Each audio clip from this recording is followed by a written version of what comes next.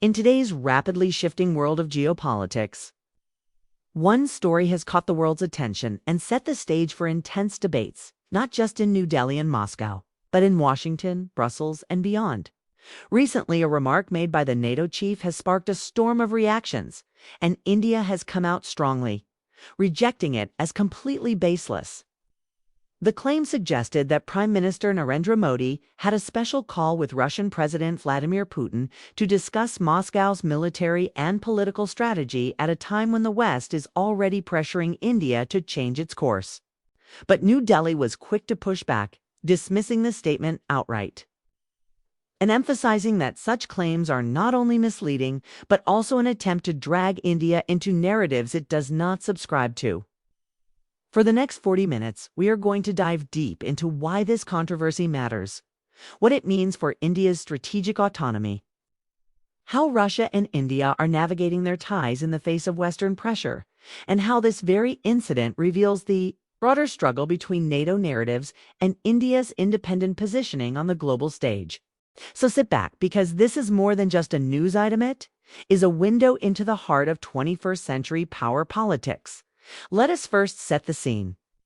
The NATO Secretary General made a comment suggesting that Prime Minister Modi had directly spoken to President Putin in the context of rising U.S. tariffs, sanctions pressure, and geopolitical maneuvering.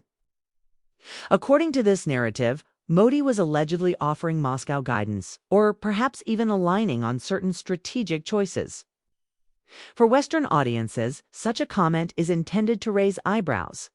It fits neatly into a picture the West often paints that India, despite its ties with Washington, is secretly leaning toward Moscow, and that New Delhi's policy is more tilted towards Russia than it admits. But immediately, India's Ministry of External Affairs issued a firm denial, calling the claim completely baseless, without foundation, and an inaccurate portrayal of reality. By doing so, India signaled that it is not willing to let NATO or anyone else dictate the story of its foreign policy choices. Why does this matter? Because words in geopolitics are not just words. When NATO's chief speaks, it reverberates across capitals. It sends signals to markets, to allies, to rivals, and to the media. And when those words involve India, a rising power at the center of global supply chains, energy markets, and security balances, the world takes note. But India's swift rebuttal is equally significant. It demonstrates that New Delhi has the confidence to stand up and call out what it sees as misrepresentation. In a time when the West is trying to frame global debates around Russia, China, and sanctions, India is making clear that it refuses to be dragged into polarized storytelling. The timing is also critical. The U.S. has recently linked progress on trade negotiations with India to New Delhi's stance on Russian oil imports. Washington has been pushing India to reduce its purchases of discounted Russian crude, arguing that it undermines Western sanctions. At the same time, the European Union is negotiating with India on trade deals, trying to reduce its own dependency on the U.S. by strengthening ties with New Delhi. And amidst all this, NATO's remark appears almost as if designed to cast doubt on India's credibility, suggest that Modi is working too closely with Putin. In this climate, New Delhi's rejection is not just about a single comment. It is about defending its strategic autonomy and telling the West, we decide our policies, not you. For viewers, this raises a fascinating question. What exactly is India's balancing act when it comes to Russia and the West? India has a long history with Russia. From the days of the Cold War, Moscow was India's primary defense supplier, a strategic partner, and a political ally.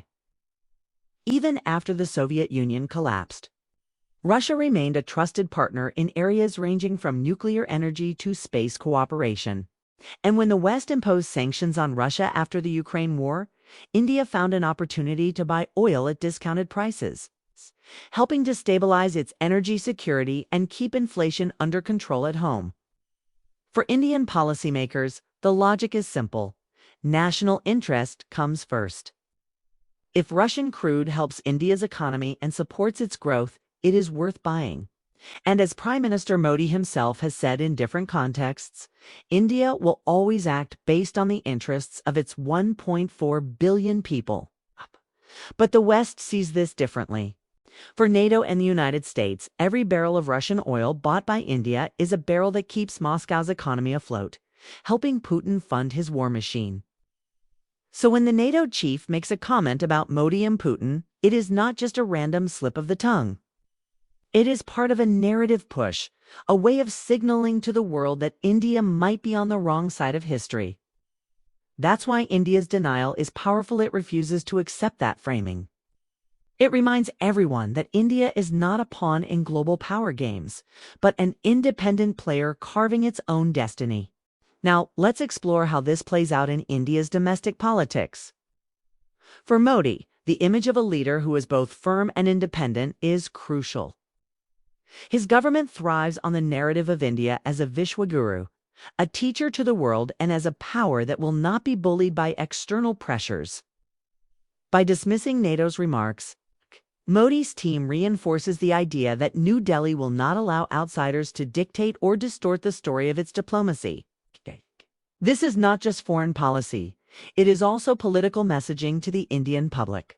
It tells voters that their government stands strong, resists Western arrogance, and protects India's dignity. On the other side, Russia is certainly watching this episode with interest.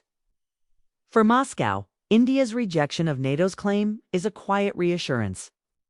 It signals that New Delhi is not falling into Western traps, that it values its relationship with Russia enough to publicly reject attempts at misrepresentation. For Putin, every statement like this is useful, shows the world that, despite sanctions, Russia still has powerful friends who will not abandon it. And this matters for Russia's global image, especially as it tries to cultivate ties with countries in Asia, Africa, and Latin America. But let's be clear, India is not doing this to please Russia. India's interests are more complex. It wants strong defense ties with Moscow because 60 to 70% of its military hardware is of Russian origin. It wants cheap Russian oil to fuel its economy. At the same time, it wants advanced technology from the US, investment from Europe, and a place at the high table of global diplomacy. So India's strategy is not about taking sides, it is about hedging, balancing, and extracting maximum advantage. The rejection of NATO's comment fits perfectly into this pattern. It allows India to say, "We will not allow our name to be used in your propaganda war." Imagine for a moment the scene in Western capitals. NATO leaders are discussing how to contain Russia, how to keep alliances strong, how to pressure countries like China and Iran. And then India comes up. Some argue that India should be closer to the West. Others worry about its oil deals with Russia. And then the NATO chief makes his remark. Immediately, New Delhi reacts sharply. For Washington, Brussels, and London, this is a reminder that India cannot be taken for granted. It is not like Japan or Australia, firmly tied to US alliances. India is different. It is a swing power, and it intends to remain one. That is both frustrating and valuable for the West. Frustrating because it means India won't blindly follow. Valuable because India's weight is so great that even partial alignment is worth having. This controversy also sheds light on the future of global institutions. NATO is essentially a Western military alliance. Statements carry weight, but outside the West, they do not always command automatic respect. By rejecting NATO's claim, India is indirectly reminding the world that NATO is not a global policeman. It is a regional bloc, and its views do not define reality for Asia, Africa, or Latin America. This is significant because it hints at a multipolar world where Western voices are not the only ones shaping narratives.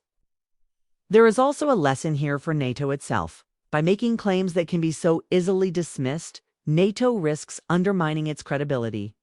If India calls your remark baseless and global audiences agree, then your ability to shape narratives weakens. In the information age, credibility is power. And once it is lost, it is very hard to regain. So NATO will have to think carefully about how it frames India in the future. For India, this episode is part of a larger journey. Shows how far the country has come in terms of global confidence. Few decades ago, India might have been cautious, worried about offending Western powers. Today, it has the self-assurance to look NATO in the eye and say, "You are wrong." That is the mark of a rising power. And it fits into Modi's broader vision of India as a civilizational state, one that acts on its own terms, not as a follower. This controversy may fade in the headlines in a few days, but its echoes will remain. It will be cited in think tank reports, in media debates, and in diplomatic circles. It will serve as a reminder that in today's world, even a single remark can create ripples across continents. And it will highlight the central truth of our times. India is not just a participant in global politics, it is a shaper of it. As we wrap this discussion, let's reflect on what makes this moment so compelling. It combines drama, strategy, diplomacy, and national pride. It shows us the clash between narratives, the NATO version versus the Indian version. It reveals the pressures of great power rivalry, the balancing act of a rising nation, and the enduring weight of history in shaping choices. For audiences, it is gripping because it feels real, relevant, and consequential. And for India, it is another step in asserting its place in the world. So when you hear that India has rejected NATO's remarks as baseless, understand that it is more than just a denial. It is a statement of principle. It is a declaration of independence. It is a reminder to the world that India will not let others tell its story. And in a world of competing narratives, that is perhaps the most powerful position of all.